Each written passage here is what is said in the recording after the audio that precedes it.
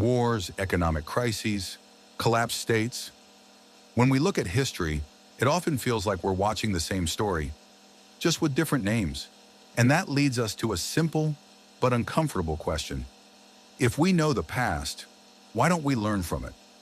The answer isn't that people are stupid, and it's not that history is useless.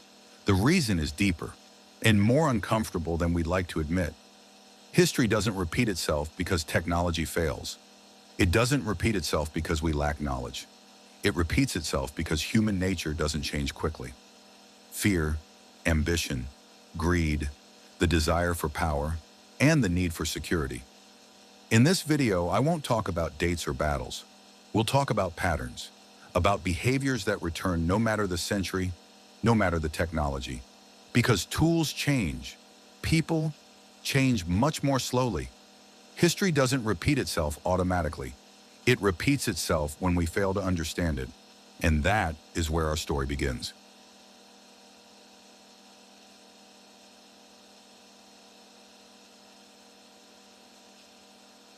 To understand why history keeps repeating itself, we first need to understand one thing, and that is human nature. Throughout history, states have changed, systems have changed, technology has changed, and so has the way people live. But basic human emotions have remained almost the same. People have always been afraid. They have always searched for security. They have always wanted power, recognition, and a better position in society. Today we have the internet, artificial intelligence, and global communication. But the way people react to fear and uncertainty is not very different from 500 or 1,000 years ago. Technology changes quickly. Human nature very slowly. Fear often leads to isolation, distrust, and the search for someone to blame. Ambition leads to conflict and struggles for status. Greed fuels inequality and economic crises. These emotions themselves are not new. They appear in every historical period, just in different forms. Whenever people feel threatened, they become willing to accept simple solutions, often even when those solutions come at the expense of others. History shows that when someone promises security, order, or greatness, people very often follow those promises. History does not repeat itself because people don't know the past. It repeats itself because, in similar circumstances, we react in similar ways. And this is the first, and perhaps the most important, reason why historical mistakes keep returning. But human nature alone is not enough to explain everything. The next question is, why do societies so quickly forget their own experiences? Human nature explains why we react in similar ways when faced with similar situations. But it still doesn't explain why the same mistakes are repeated from generation to generation. The answer lies in something we can call the short memory of societies. Societies don't have memory in the same way individuals do. A society's memory depends on the people who personally lived through those experiences. And over time, those people disappear. People who lived through war, economic collapse, or famine know what it truly feels like. Their children and grandchildren know these events only through stories, and stories never carry the same weight as real experience. As time passes, historical events stop functioning as warnings. They become textbook lessons, dates, names, and very quickly, they become distant, abstract, something that happened to other people. When people don't have personal experience of consequences, it becomes easier to believe that it can't happen to them. That's when phrases begin to appear like, "That was a long time ago. Things are different today." The problem isn't that we don't know the past. The problem is that we didn't live it. Without personal experience, history loses its power as a warning. And when experience fades, space opens up for those who offer simple solutions. Which leads us to the next question. How do power and elites use this forgetting?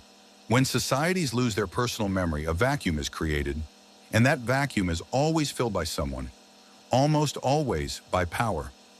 Forms of government have changed throughout history: empires, kingdoms, republics, modern states. But the way power actually works is surprisingly similar. Power tends to concentrate. Decisions are made by an ever smaller circle. Elites gradually separate themselves from the majority. These patterns repeat across different eras, regardless of ideology, political system, or historical moment. Every system of power needs justification, and every system of power builds a narrative, a story explaining why it is necessary, why it alone can provide order and security. Because whoever controls the story controls how people understand reality. In times of crisis, another familiar pattern often appears: the search for someone to blame outside the group. The others, the outsiders, the different ones, someone who can be labeled as a threat. These mechanisms work because they offer simple explanations for complex problems. And in uncertain times, people very often choose security over freedom. They choose answers that ease fear, even if, in the long run, they create new problems. That's why history doesn't repeat the same names. It repeats the same mechanisms. And as long as we fail to recognize them in time, they return, in new forms, under new justifications. But power alone doesn't create crises. The real trigger almost always appears in moments of crisis.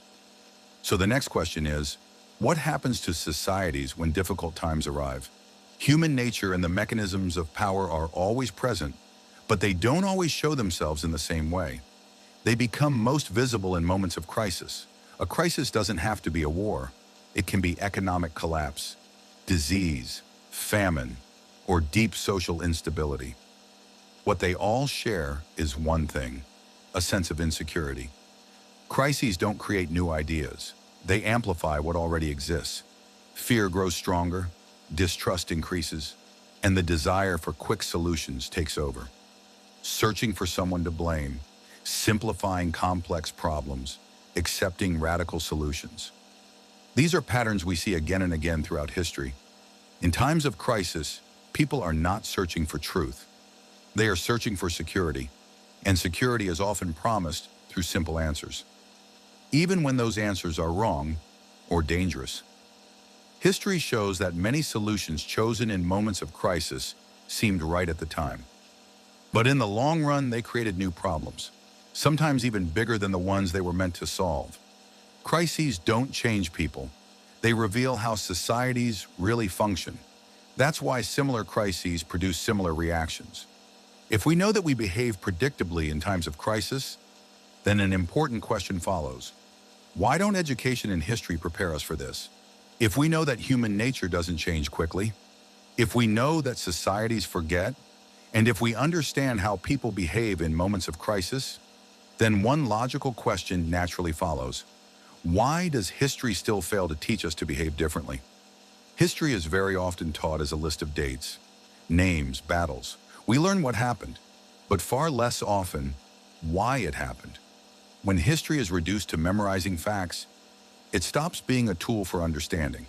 It becomes material to pass an exam, not an experience to learn from. Without understanding cause and consequence, historical events appear as isolated incidents. And if they're isolated, we fail to see the patterns. Another problem is that history is often separated from the present. It's taught as something that is over, not as something that continues today, just in a different form. History is not there to make us know more. It's there to help us think better. If we don't learn to recognize behavioral patterns, then history cannot prevent mistakes from repeating. So the problem is not that we don't study history. The problem is how we study it. And that's exactly why one dangerous sentence keeps appearing again and again. A sentence repeated in every generation. This time it's different. There is one sentence that repeats throughout history almost as often as the mistakes themselves. A sentence we hear in almost every generation. This time it's different. People don't say this out of bad intentions.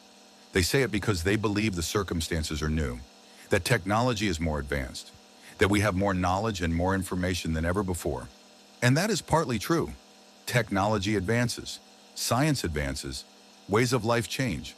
But progress does not mean we are immune to old mistakes. History shows that despite new conditions, people in moments of fear and uncertainty behave in very similar ways. They look for simple answers. They look for strong leaders. They look for someone to blame. The phrase, "this time it's different," often closes the door to critical thinking. If we believe that we are the exception, we stop listening to warnings from the past. And then, history stops being a warning and becomes a script. Almost every major historical mistake was accompanied by the belief that it could not happen again. Not because people didn't know the past, but because they believed it didn't apply to them. And that brings us to the final question. If we understand human nature, forgetting, power, crises, and this illusion of exception, can history ever stop repeating itself? Throughout this video, we've talked about several key ideas. Human nature, which doesn't change quickly. The short memory of societies. The mechanisms of power. Crises that amplify fear. And the illusion that this time is different. All of these are parts of the same picture. History does not repeat itself because it is doomed to repeat. It repeats itself when we fail to recognize the patterns of our own behavior. In other words, it's not events that repeat, it's reactions. And that is exactly why history is not useless. Quite the opposite. History can't tell us exactly what will happen next, but it can show us when we are once again walking the same path. Learning history doesn't mean memorizing more facts. It means learning to ask better questions. Why do people react this way? Who benefits from it? Which emotions are being used here? Can we prevent history from ever repeating itself? Probably not completely, but we can make it repeat less often and with fewer consequences. History is not here to scare us. It's here to warn us, but only if we're willing to listen. So I'll leave you with one final question. Do you think people can truly learn from history? And if they can, what do you think we most often choose to ignore?